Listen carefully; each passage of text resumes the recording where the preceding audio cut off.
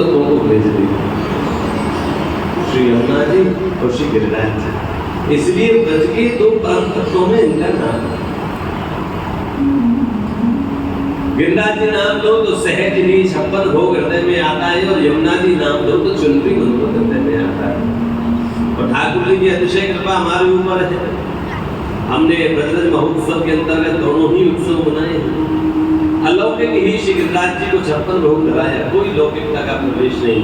One भोज जिसको कहते हैं। हमारा जो भाव था तलेती में श्री गिरिराज जी को भोग लगाने का, उसके पीछे 56 भोग वाला भाव नहीं था। दिख रहा था 56 भोग जैसा कि बहुत सारे भोग आए हैं, लेकिन हमारा जो भाव था वो वन भोग जो ठाकुर जी करते हैं, वो कि वन में ठाकुर जी को बैठा करके भोज करावे। जैसे ठाकुर जी गौ चारण के लिए निकले हो और दोपहर के 12 बजे जब मैया यशोदा लाला को बगल में टिफिन बांध के डोसा दे के बैठी। डोसा मतलब वो डोसा नहीं, इडली सांभर वाला नहीं। हमारे ब्रज में डोसा का मतलब बगल में डोसा किसका भरोसा। हाँ, मतलब लंच टिफिन। कन्हैया क्या करते, वन में जाते गैया चरने छोड़ते थे, और जैसे भूख लगने लगती तुरंत अपना टिफिन जो है वो खोलते और वो भूख वालों के साथ में गोलाकार बना करके फिर भोजन पाते। सारे जो ब्रजवासी हैं वो लाला को चारों तरफ से घेर लेते और अपना अपना टिफिन निकालते। अब कोई बता दो कि आज मैं लाला पूड़ी लाया हूँ, कोई कहे मैं पकौड़ा लाया हूँ, कोई कहे मैं अचार लाया हूँ, कोई कहे मैं भिंडी की सब्जी लाया हूँ, कोई कहे कि मैं लड्डू लाया हूँ, कोई मोहन तावलन, कोई माखन मिश्री है। और ठाकुर जी केंद्र में बैठते हैं बीचों बीच में। सारे ग्वालवाल क्या करते हैं, पहले अपने डिब्बे खोलते हैं और पहले कृष्ण की तरफ बढ़ते हैं एक एक करके। अगर आधी टुकड़ी है, समझो पकौड़ी है, भजिया है, तो क्या करेंगे, लाला के पास जाएंगे, आधी तो खुद खाएंगे, आधी लाला को खवा देंगे। ये वन भोज की लीला है जहां पर मर्यादा जीरो है, जहां कोई मार्ग नहीं है। आदि खुद तोड़ करके खाना और फिर ठाकुर जी को बवाना है कि झूठा, जैसे शबरी करती है। ठाकुर जी को ये बड़ी प्रिय है। हमको ऐसा लगता है कि हम मार्ग की मर्यादा के अनुसार चले, कहीं हमसे कोई गलती ना हो जाए। आप ये सोचते हैं कि गलती ना हो जाए, ये भी गलती है। सेवा क्रम में अगर आप लोगों ने सेवा क्रम को ध्यान में रख करके सेवा कर रहे हैं, तो निश्चित रूप से सेवा क्रम को ध्यान में रखना, इसका मतलब भगवान ध्यान में नहीं है, सेवा क्रम ध्यान। यानी कि अगर ज्यादा रीति परंपरा से चलना और इस बात के बारे में सोचना कि कहीं सेवा में कोई गलती हमसे ना हो जाए, पुष्टि सेवा में ये भी एक अपराध है। हमको ऐसा लगता है कि नहीं, हम चीजों को बड़ी व्यवस्थित तरीके से रखें, सब अपरस का ध्यान रखें, सब श्रृंगार ठाकुर जी का शुद्ध हो, सारे बर्तन शुद्ध हो, आसन शुद्ध हो। अभी किसी ने कोई टच तो नहीं किया सामान, एक तो दूर है ना, मंदिर से बाहर निकलो। ये कहाँ चलता है? ये शुद्ध पुष्टि भक्ति में नहीं चलता, शुद्ध पुष्टि भक्ति मार्ग में नहीं चलता। ये तो उन लोगों के यहाँ चलता है जिनको ज्यादा कुछ सेवा में घुसे नहीं है, ज्यादा जो भाव में घुसे नहीं है। हमारे ठाकुर जी ऐसे हैं, उनको प्रिय ये सब चीजें है ही नहीं। भगवान हमारे किसी भी पूजन की विधि को नहीं देखते। हमने चुनरी माँ को कैसे उड़ाई, सीधी उड़ाई कि टेढ़ी उड़ाई कि आधी उड़ाई, बताओ आप में से कोई बता दो मुझे। हम चुनरी उड़ा रहे थे, कुछ भाग रही थी, कुछ इधर जा रही थी, फिर भी उड़ाई तो सही, लेकिन वहां पर विधि थी क्या? अरे बाबा, कोई विधि नहीं थी, कोई नियम था ना, नियम था ना, संयम था ना, व्यवहार था ना, आचार था ना, सदाचार क्या था? केवल एक भाव था कि अपनी माँ को हम चुनरी उड़ाते हैं, हम यमुना जी को किस भाव से हम प्रसन्न कर रहे हैं। तो कहने का अर्थ क्या है? प्रभु सेवा में गलती का विचार करना भी एक गलती है। प्रभु सेवा में लेकिन विचार हो तो केवल प्रभु का ही हो, दूसरा और काय को। यशोदा मैया बने बिना तुम ठाकुर जी की सेवा नहीं कर सकोगे। पहले आप सब लोगों को यशोदा मैया बनना पड़ेगा, तब जाकर के सेवा क्रम जुड़ो। यशोदा मैया मनसा वाचा कर्मणा, इन तीनों तरीकों से श्री ठाकुर जी की भक्ति करती है। मन में कृष्ण के बारे में विचार करती है, हृदय में कृष्ण के बारे में सोचती है, कर्म भी कर रही है तो माखन चलाते चलाते भी कृष्ण के बारे में सोचती है। वो माखन भी चला रही है, तो उस माखन चलाने के पीछे भाव यही है कि ठाकुर जी बताओ ना कब जल्दी उठ के आ जावे, जल्दी जल्दी बनाए ना। और मुख में भी भगवान नाम है, कर्म में भी कृष्ण है, वचन में भी कृष्ण है, मन में भी कृष्ण है। और यशोदा के तो तन में भी कृष्ण है, यशोदा के तो धन में भी कृष्ण है। गोपाल है जिसके तन मन धन वचन कर्म इन सब में कृष्ण है, वही सच्ची सेवा है। इसलिए इस बात का विचार विमर्श नहीं करना चाहिए। और खासकर कि ब्रज में, इसलिए ब्रज की सेवा है, पुष्टि सेवा जो है वो ब्रज की सेवा है। और ब्रज की सेवा यानी कि जिसमें ज्यादा मर्यादाएं नहीं, मार्ग की मर्यादा जरूर है लेकिन सेवा क्रम में मर्यादा जीरो है। अगर होती तो वार्ता साहित्य बड़े पड़े महाराज। ठाकुर जी कभी मोहना भंगी के साथ न खेलते, ठाकुर जी कभी पादो गुजरिया की जाकर के सूखी रोटी में न रोकते, ठाकुर जी जाके जदीपुरा में रहने वाली एक डोकरी के घर पे जाकर के बंदरों को न डालते। अरे ठाकुर जी क्या पाड़े में बैठे थे। हमारे ब्रज में तो लीला भगवान श्री कृष्ण भैंसा पर भी बैठ करके द्रोणों को घरों पधारे। अगर कल सिर्फ मर्यादा ही होती तो ठाकुर जी ऐसा कभी न करते। मर्यादा होती तो ब्रजवासियों की मधुमंगल के मुंह पे पड़ी हुई खट्टी छाछ को न चाहता। वही राम कर रहे हैं, मर्यादा पुरुषोत्तम श्री राम में, लेकिन उन्होंने भी मर्यादा कहाँ रखी। इस केवट को लोग दीनहीन समझ करके छोड़ देते थे, उस केवट को तारा है राम ने। जिस निषाद राज को नीची जाति समझ करके लोग छोड़ देते, उसको हृदय से लगाया है राम ने। और शबरी की तो वो तो झूठे बेर ही खिला लीजिए महाराज। झूठे बेर खिलाने के पीछे भाव को समझ लो, मेरे प्रभु को कहीं बेकार न आ जाए। हालांकि ये अपने मार्ग में नहीं, लेकिन फिर भी शुद्ध पुष्टि मार्ग में शुद्ध वहां पर जो ब्रजवासी है, प्रीत प्रीत तो ब्रजजन जैसी, उस भाव में ये लागू पड़ती है। इसलिए हम सब लोगों को इस बात का विशेष हम लोग ध्यान करें। चुनरी मनोरथ में हमने आज खूब आनंद लिया।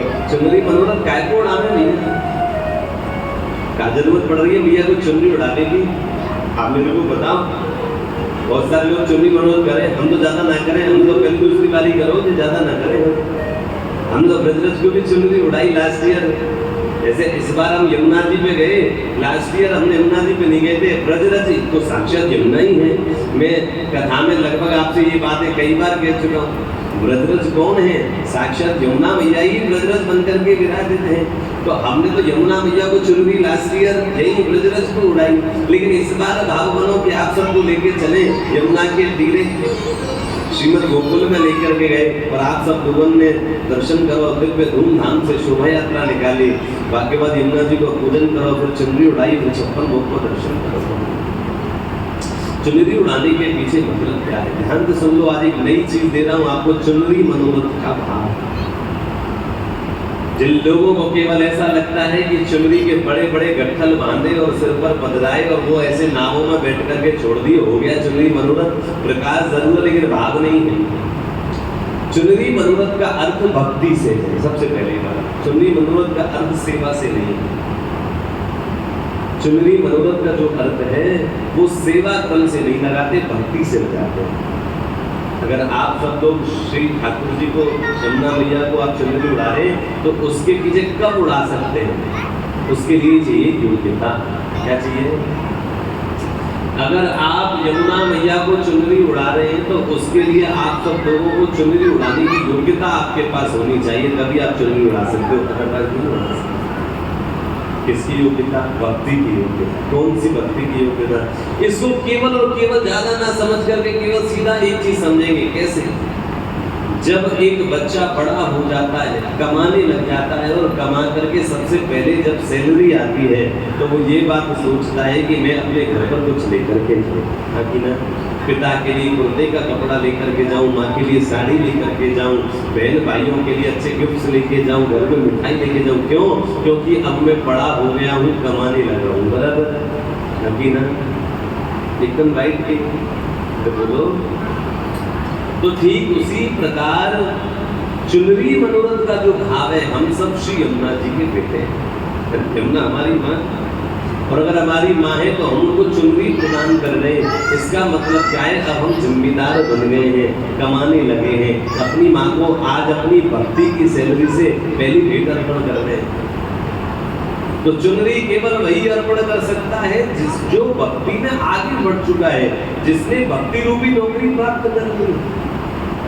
अगर आप भक्ति रूपी नौकरी अभी तक प्राप्त नहीं कर पाए हैं तो चुनरी मनोरथ का कोई अर्थ नहीं समझ में आता मुझे। कर लेना, करने में कोई बुराई नहीं है, कर तो कुछ भी लीजिए, कोई रोकने टोकने वाला नहीं है। ये ठाकुर जी का धर्म का मामला ऐसा ही है। धर्म मतलब अपने हिसाब से जो चला है वो आजकल धर्म है, लेकिन सत्यता ये है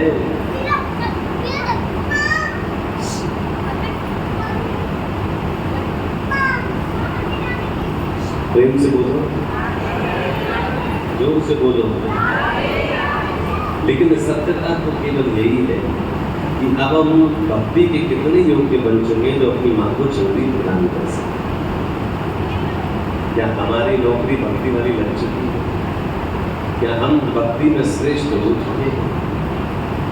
गिरिराज जी की 6 दिवस की यात्रा का फल है जो हमें यमुना जी का दर्शन मिला। हम सब लोग यमुना जी के घाट पहुंचे थे, वो जो जल का आचमन हम सब लोगों को मिला, ये भक्ति की श्रेष्ठता। अभी तक अगर भक्ति की श्रेष्ठता आप सब लोगों को प्राप्त नहीं भी हुई है तो अब प्रार्थना करने की आवश्यकता है। हे माँ यमुने, कोई बात नहीं, इस बार तो हमने बिना जाने पहचाने आपको चुनरी उड़ाई है, लेकिन अगली बार ऐसा नहीं उड़ाएंगे, अगली बार जान करके उड़ाएंगे। थोड़ा हम भक्ति में आगे बढ़ जाएंगे तब उड़ाएंगे। और आप सब लोग जानते हैं कि मेरे हर चीज के पीछे रीजन होता है। मैं कोई भी चीज बिना रीजन के तो करता ही नहीं।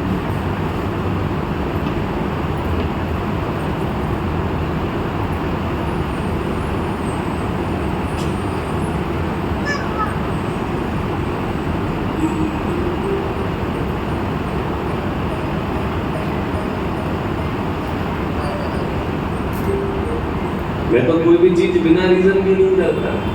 मेरा हर एक उत्सव के पीछे, हर एक महोत्सव के पीछे, चाहे ठाकुर जी के सेवा क्रम के पीछे, चाहे 56 भोग के पीछे, चाहे दूध चढ़ाने के पीछे, चाहे परिक्रमा के पीछे, चाहे दंडवती के पीछे, जब तक उसका भाव हम नहीं समझ लेंगे तब तक मैं वो काम करता भी नहीं। और जब तक वो भाव मुझे समझ में नहीं आता मैं दूसरों को करने की प्रेरणा भी नहीं देता कि आप लोग ऐसा कर लो। पहले मैं अपने घट में उसको उतारता हूँ। मेरे घट में जब वो बराबर उतर जाती है, जब मुझे लगता है कि हाँ ये वैष्णवों के लिए बेनिफिशियल रहेगी, ये अच्छी चीज है, तब जाकर के मैं लोगों को देता हूँ। भाई कोई दवाई बनती है तो पहले लैब में जाकर के टेस्टिंग होती है, रिजल्ट अच्छा होता तब मार्केट में उतारते हैं। ऐसे ही भक्ति का जो क्रम है, जब कोई आचार्य व्यासपीठ से दे रहा होता है तो वो केवल और केवल शास्त्रों के आधार पर देता है, ऐसा नहीं है।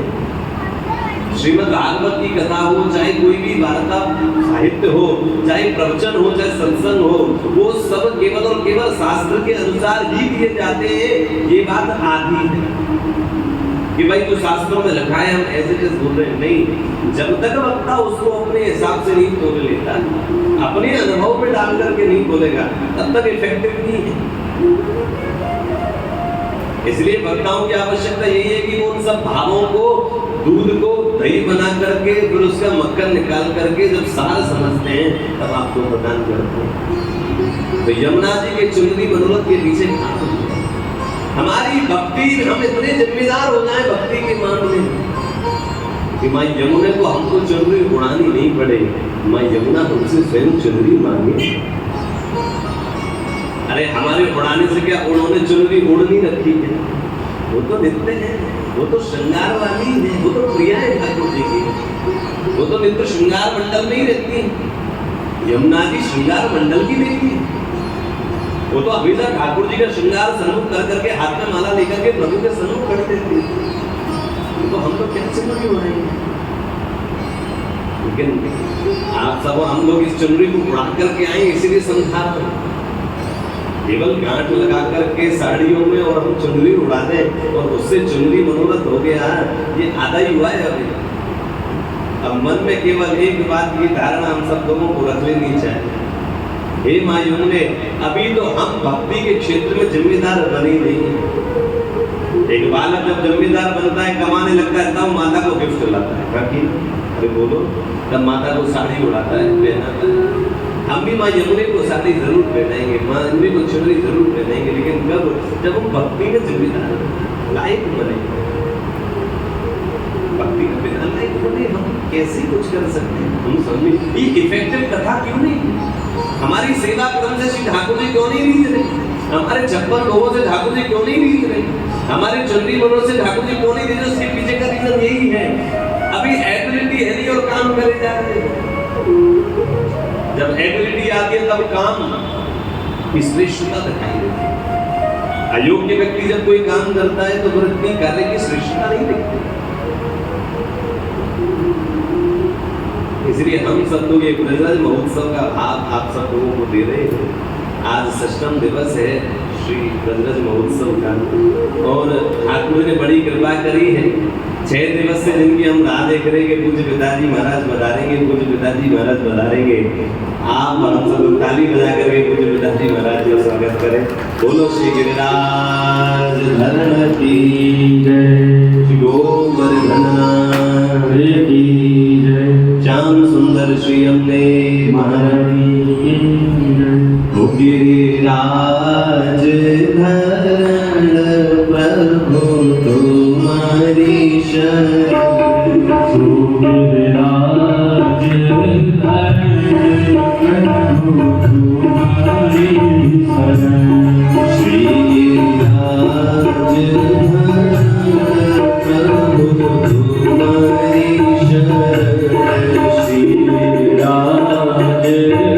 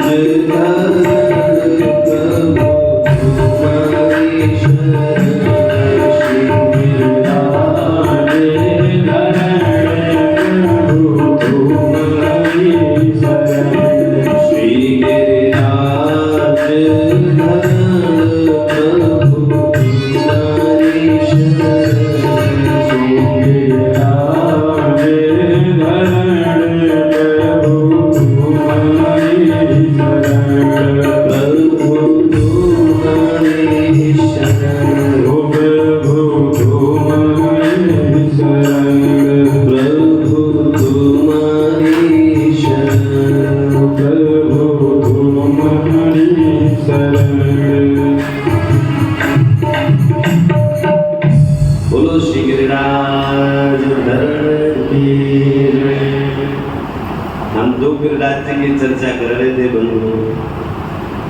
परसों की कथा का स्मरण अगर आप सब लोगों को हो तो आप सब लोगों को समझ में आएगा।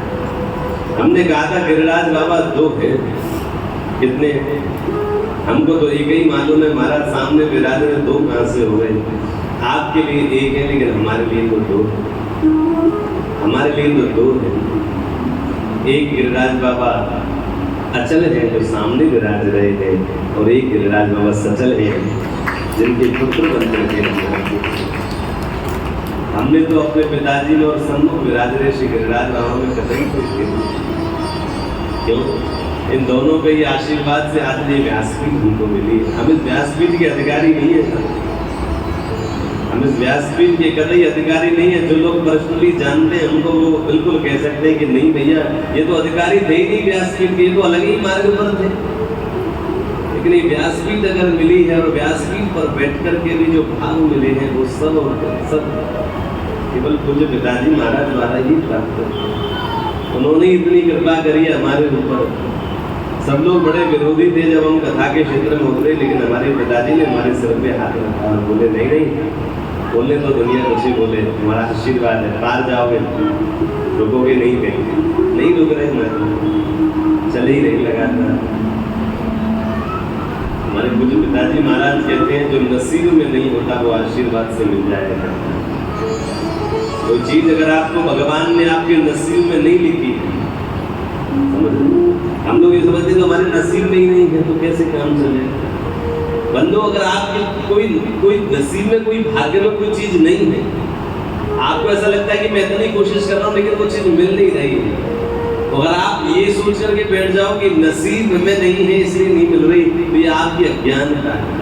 नहीं, नसीब भी बदल जाते हैं, भाग्य बदल जाता है।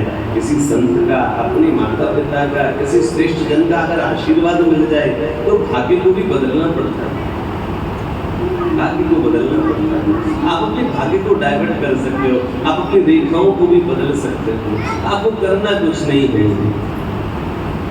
शुष्क काष्ठानि मूर्धन्यः नानमन्ति कदाचन नमन्ते फलनो वृक्षा नमन्ते गुणनो जनः। सूखा पेड़ कभी झुकता नहीं है, जो पेड़ सूखा होता है जिसके ऊपर शुष्क काष्ठानि मूर्धन्यः, जो पेड़ सूखा होता है जिस पर फल नहीं लगते वो झुकता नहीं है, सीधा खड़ा रहता है। सिमिलरली मूर्ख व्यक्ति जो होते हैं वो भी ऐसे ही होते हैं।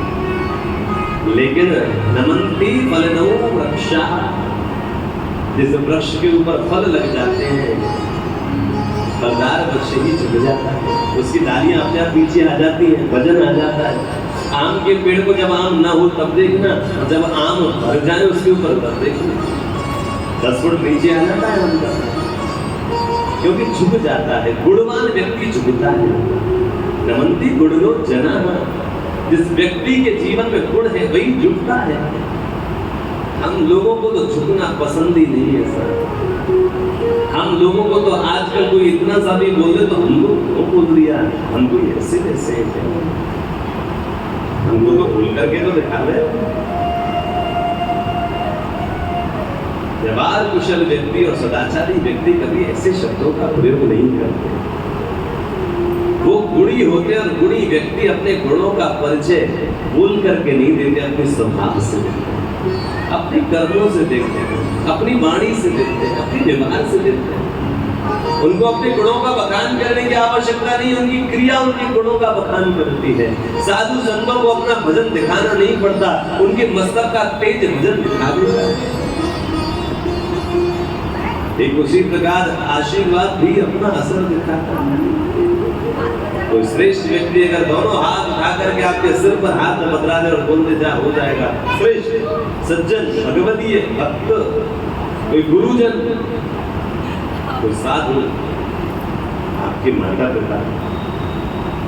और मैं तो कथाओं में बड़ी विशेष निवेदन करता हूँ, किसी साधु को बाद में पूजना, किसी संत को बाद में पूजना, किसी गुरु को भी बाद में पूजना, मैं तो कह रहा हूँ भगवान को भी बाद में पूजना। पहले अपने माता पिता की पूजा करनी चाहिए, उनको पूजना चाहिए, उनको मानना चाहिए। जो व्यक्ति अपने माता पिता को नहीं मानता उसकी सारी भगवान की सेवाएं शून्य ही प्रतीत होती हैं मुझे, उसके सारे मनोरथ जीरो ही लगते हैं।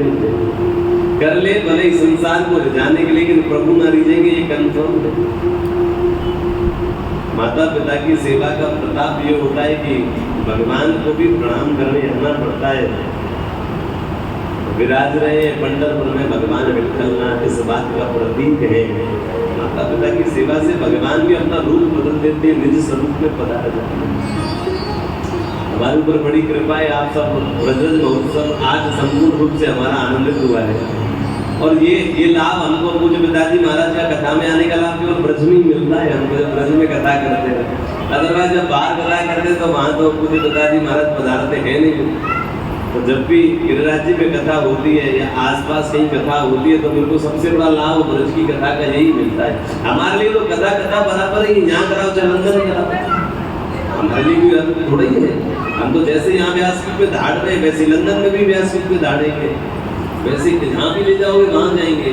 लेकिन ब्रज की कथा का निजानंद ये है कि जहाँ पर एक तो गिरिराज बाबा को कथा सुनाते हैं और दूसरा पूज्य पिताजी महाराज की कथा में पधारता है। तो हमने तो दो गिरिराज जी को ही देखा, एक अचल और एक सचल।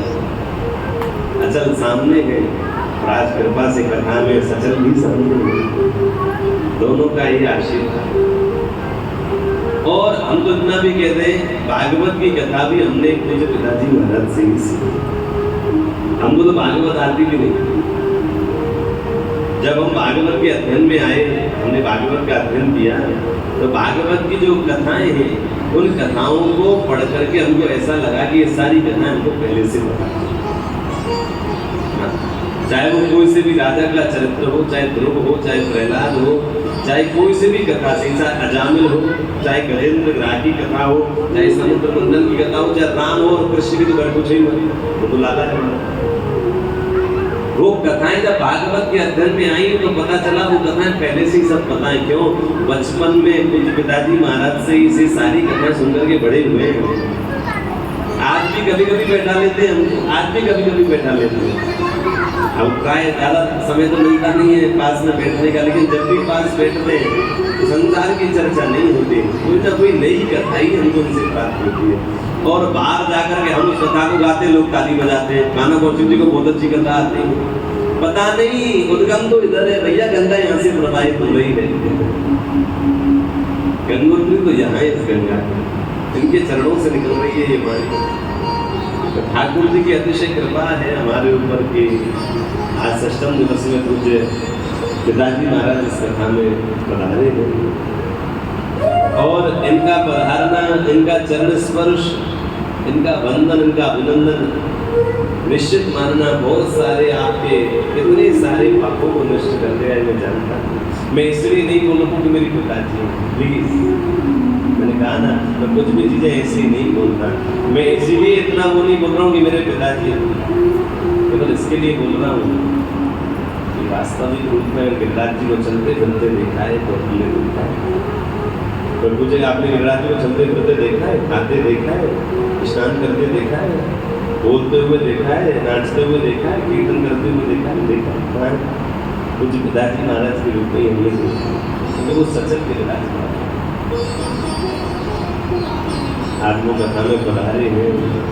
भले दो शब्द हम उनकी वाणी से सुनेंगे। अभी कुछ दिन पूर्व कथा थी गोवर्धन में, वहाँ भी पधारे थे, मना कर रहे थे कि ज़्यादा तो नहीं बोलेंगे, लेकिन फिर भी हमने जब निवेदन किया तो 2 शब्द बोले।